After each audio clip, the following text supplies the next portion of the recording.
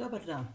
Danas sam odlučila da pokažem kako pripremam namirnicu kojoj će prilog biti, evo pokazat ću kesu, znači kus. Mi nismo mnogo navikli u našoj kuhinji da ovo koristimo, a više smo navikli uz ovakva jela što sam ja pripremila sirovine da to bude ili riža ili tarana ili recimo krompir. Međutim, evo danas ću pokazati recept da isto to sve može da bude i sa kuskusom. Šta je kuskus? Kuskus je nama možda ne toliko poznata u stvari testenina i ona je vodi se kao najmanja testenina na svetu. Neki čak smatraju da je to vrsta žitarice, međutim nije, ona se samo dobija od žitarice, od durum pšenice. To je glavna namirnica u recimo Alžiru, Maroku, Tunisu, koju su prenijeli naravno i u Francusku i mnogo se koristi kao dodatak uz ribu na Siciliji. Tako da ko voli ovako nešto ili ko nije probao, evo ja ću danas pokazati na koji način se ona i priprema. Znači za količinu od 1 šolje kuskusa, ovdje sam ja oprala sam u vodi i pripremila 1 šolju, stavlja se 1,5 šolja tečnosti, to može biti ili vrela supa ili vrela voda i onda se to ostavi poklopljeno 5 minuta i nakon toga se promeša da se ove kuglice ne bi slepile. To ću ja sada da uradim. Pustit ću vodu da bude dovoljno topla. Za to vreme počet ću i pripremu. To će neka vrsta biti slična satarašu, međutim neću koristiti luk, koristit ću prazi luk, šangarepu, papriku, tikvice, meso kao začine. U ovom jelu možete i dozvoliti sebi sve što volite. Ovo jelo jednostavno to trpi i ovaj prilog sa kuskusom. Znači ja sam pripremila i beli luk i peršin list i paradajz koji sam ogulila kožicu i evo samo da nalijem. Znači 1,5 šolju vrele vode, supu nemam. Ovako. To je 1,5 i sada se to samo ostavi, evo ako ćemo to ostaviti da ćemo kuvati poklopljeno i jednostavno 5 minuta je sasvim dovoljno da ona nabubri. Evo ovdje se prazi luk već dista, kao i šangarepa i paprika. Znači izbor povrća ostavljam vama po izboru i ovo jelo je zahvalno recimo ako vam je od svega ostalo nešto po malo. Malo vam ostalo mesa, malo vam ostalo nekog povrća. Znači ovo jelo možete pripremiti kao uz ovaj kuskus koji vidjeli ste vrlo jednostavno se priprema. Evo vidite, on već bubri.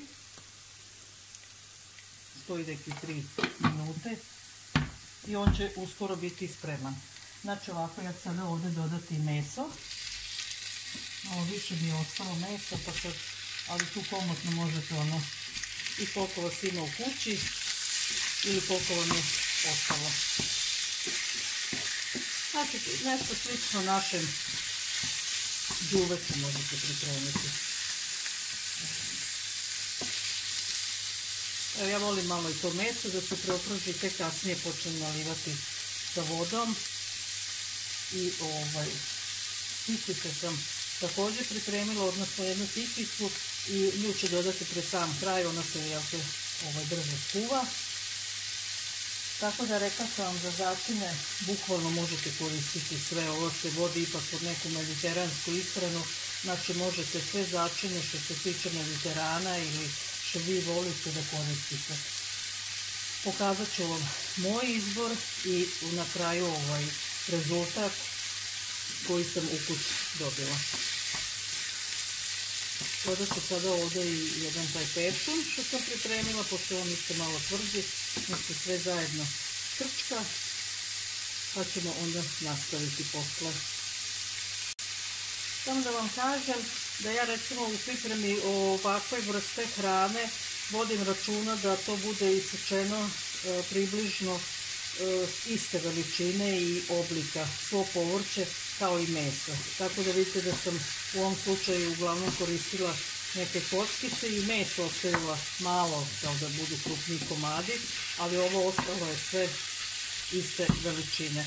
Jednostavno na taj način se dobije onako nešto što je i praktičnije jesti. Dodat ću uz ovo sada i paradajz.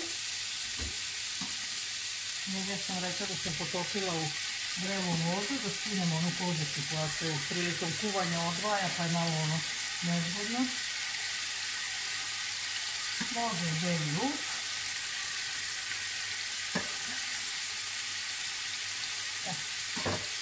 To sada već dobija fino onako neki miris. Sad kus, na kraju možete u sve ovo pomešati. Ja vam ne bi savjetovala, jer recimo neko će može to jesti uz nešto drugo ili je samo sa ovim već pripremljenim sastojcima. Tako da svako pri serviranju nek sebi stavi kuskusa po želji, koliko želi da ga pojede i na to da stavi ovaj prilog koji će ići uz to. Mislim da je tako zgodnije, jer neko može baš i ne voli. Dakle, neće biti ovako, samo ovo pripremljeno je već ukusno, pa će jesti samo to. Tako, sad to polako tako nek se krčka. Pa ćemo se ponovo kasnije uključiti. Gledajte kako se to lepo dinsta. Recimo, možete već u ovom dijelu da dodate začine. Evo ja ću dodati bosilja, da ipak imam mediterana. Dodat ću ovako jedna vrsta bibera koja nije mnogo mlevena, ali nije ni... Ovdje sam malo precarala, nadam se da će moći nađe da nam jede. Evo ovako u zrnu. Sol ja nikad ne dodajem na početku kad se meso dinsta, jer zna da ostane, da jednostavno stvrdne i da se onda malo teže skuva. Sada je on već se malo propržio, sad ćemo soli i dodat ćemo ne mnogo paprike, jer ovo ipak je nepremno paprikaš, evo ovako, jedna kašika, čisto da miriši.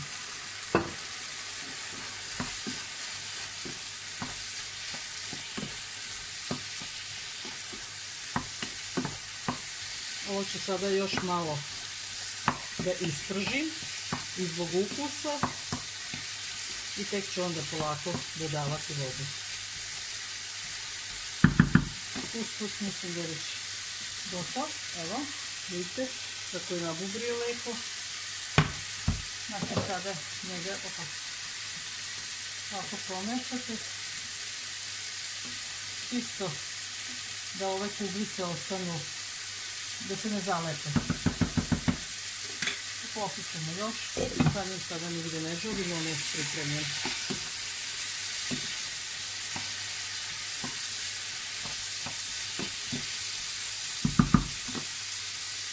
Evo sad ćemo lišće, odmah staviti. Možete i pri kraju, zbog boja, ako vam je ovo malo, ali ja volim i ovako da se on malo i kuva.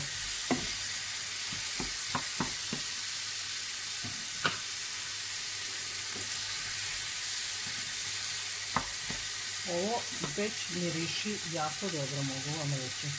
Sad kažem, još ću ja ostaviti to malo da se prži i onda ću dodati nekih recimo čašu, 2 deci vode, ne puno više i ovo jelo isto, nemojte da na kraju ostane mnogo tečno i da treba ipak da ima neku svoju gustinu.